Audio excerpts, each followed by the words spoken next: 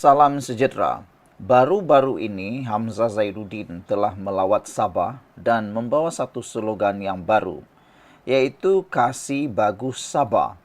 Dalam lawatan itu juga ada satu ucapan yang kontroversi, yaitu ucapan mempaluikan. Perkataan palui telah digunakan. Namun demikian ianya menimbulkan sangat-sangat kontroversi yang besar. Tetapi Kasih Bagus Sabah menjadi satu igawan ngeri untuk Parti Bersatu apabila seorang pemimpin daripada GRS menemplak Kasih Bagus Sabah itu dengan jawapan, kasih bagus dulu parti kamu sebelum sibuk. Kasih Bagus Sabah, Hamzah Zainuddin diberitahu. Selain itu, ada juga yang menyatakan bahwa mohon Hamzah Zainuddin kasih baik dulu negeri-negeri Perikatan Nasional di Semenanjung, baru bermimpi nak kasih bagus Sabah, kata netizen. Apa pula pendapat kamu semua? Sabah pun memang perlu kasih bagus, tapi bukan daripada Parti Malaya, kata beberapa netizen lagi. Sekarang ini sentimen menolak Parti Malaya sangat kuat. Sentimen menolak parti daripada Semenanjung Malaysia sangat kuat di Sabah. Sentimen parti lokal sangat kuat juga di Sabah, sehingga timbul satu slogan yang dominan di Sabah, yang biasa didengar di Sabah, yaitu asal bukan Melayu atau asal bukan Malaya, yaitu ABM, asal bukan Malaya. Maksudnya, asal bukan parti daripada tanah Semenanjung Malaysia, barulah diundi. Itulah yang sekarang ini sentimen bermain di Sabah. Oleh sebab itu, sangat sensitif apabila parti daripada Semenanjung Malaysia, yaitu Parti Perikatan Nasional Bersatu, cuba mahu kasih bagus Sabah, sehingga mendapat jawapan yang sangat panas seperti ini. Kasih bagus dulu parti kamu sebelum sibuk kasih bagus Sabah, Hamzah diberitahu. Pemuda Gagasan Rakyat memberi peringatan kepada Timbalan Pengerusi Perikatan Nasional PN Datuk Seri Hamzah Zainuddin untuk memperbaiki kepimpinan dan urus takbir pihaknya dulu sebelum mengeluarkan kenyataan ingin mengubah kerajaan negeri ini. Pesan kami, kata beliau, kasih bagus dulu parti kamu sebelum sibuk. Kasih bagus Sabah, kata Naib Ketua Pemuda Gagasan Rakyat Azrul Ibrahim. Beliau berkata demikian merujuk kepada kenyataan Hamzah Zainuddin yang menyatakan rakyat Sabah perlu memilih PN, Perikatan Nasional, untuk mengubah kerajaan negeri yang diterajui Gabungan Rakyat Sabah GRS. Dalam satu kenyataan yang dimuat naik dan tular dalam laman media, beliau berkata Sabah menerusi kepimpinan GRS telah mencatat pelbagai pencapaian yang signifikan baik dalam kutipan hasil negeri, di mana selama 3 tahun berturut-turut mencatat rekod tertinggi dalam sejarah. Dalam tempoh 4 tahun ini juga pelbagai nikmat diperolehi rakyat baik dalam soal pendidikan, budi, bakti, bagus, baik dan lain-lain. Pelaksanaan inisiatif untuk pelajar termasuk subsidi penerbangan sebanyak RM600 seorang pelajar Sabah di Semenanjung, Sarawak dan Labuan, subsidi pengangkutan sebanyak RM300 seorang pelajar Sabah dalam negeri dan banyak lagi. Pertama kali dalam sejarah juga diperkenalkan inisiatif sentuhan kasih rakyat dengan pemberian bantuan sebanyak RM300 sebulan selama 12 bulan kepada rakyat miskin dan miskin tegar di Sabah, selain peningkatan dana pembinaan Rumah Mesra SMJ, projek kerajaan negeri bagi membolehkan golongan memerlukan memperoleh rumah secara percuma.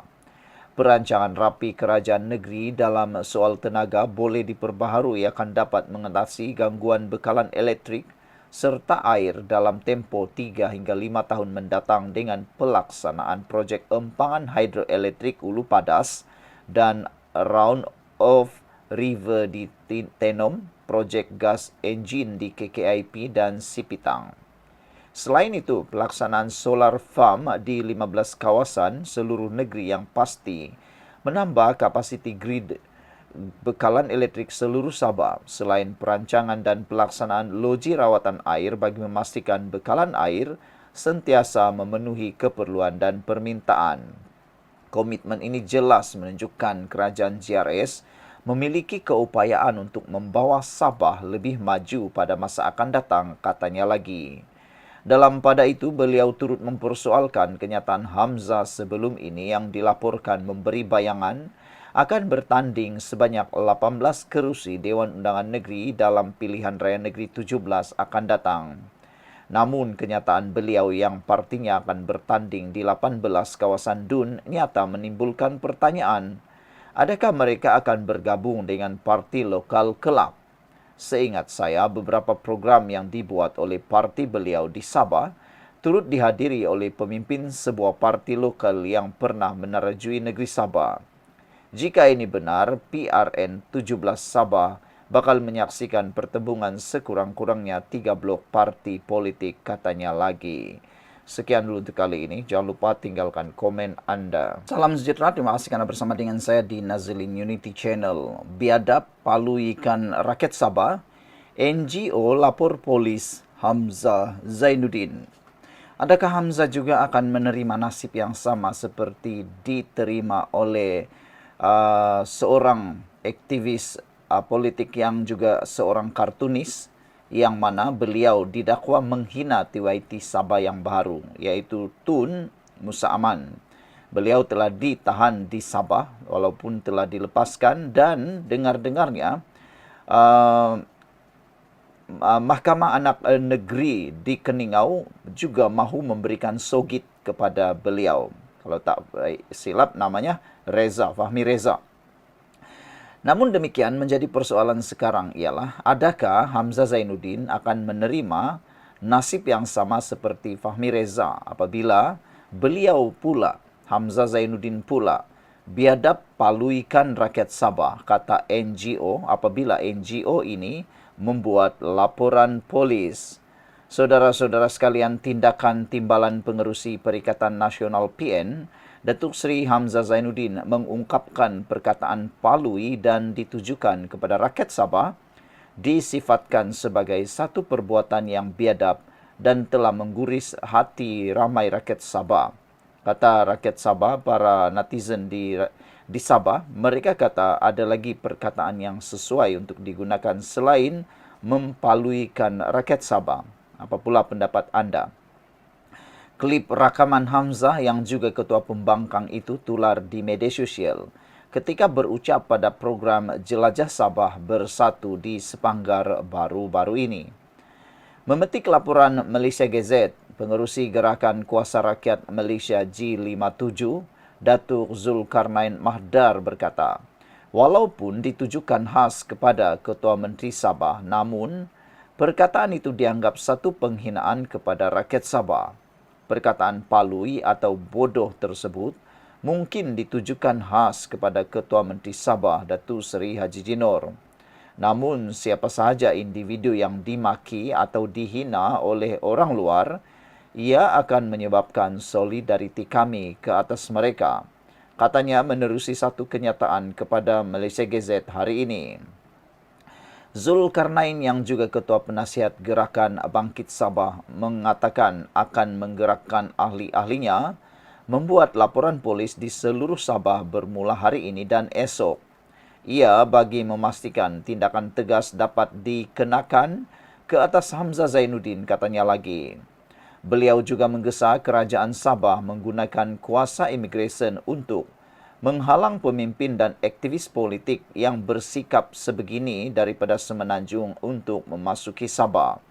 Ada netizen yang setuju dengan kata-kata Zulkarnain ini, iaitu menggesa kerajaan Sabah menggunakan kuasa imigresen untuk menghalang pemimpin dan aktivis politik yang bersikap ekstremis seperti ini.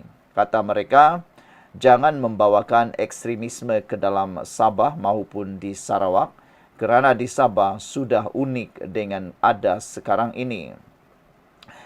Kata Zulkarnain lagi, kerajaan negeri Sabah perlu menghalang mereka yang mempunyai sejarah atau perilaku menghina dan berpotensi melakukan huru-hara di Sabah. Tambahnya lagi, rakyat Sabah sebenarnya tidak resis dan mempunyai tahap kesabaran yang tinggi. Tindakan memperlekehkan orang Sabah dengan caci maki oleh ahli-ahli politik dari Semenanjung dilihat semakin menjadi-jadi. Ia sewajarnya dihentikan melalui tindakan menghalang mereka menjejakkan kaki ke Sabah, katanya lagi. Sebelum ini, Zulkarnain turut menyelar tindakan seorang aktivis politik dan pereka grafik yang didakwa menghina dan tidak menghormati institusi TYT Sabah. Biadab paluikan rakyat Sabah, NGO lapor polis Hamzah Zainuddin. Menjadi satu persoalan sekarang di media sosial ialah, adakah Hamzah Zainuddin akan di-ban atau diharamkan untuk memasuki Sabah lagi selepas ini apabila beliau dikatakan didakwa telah biadab kepada rakyat Sabah apabila mengeluarkan kenyataan seperti itu yang menggesa ataupun yang mana telah pun mengguris hati rakyat Sabah. Adakah immigration akan melakukan sesuatu? Sekian untuk kali ini. Jangan lupa tinggalkan komen anda, tekan butang subscribe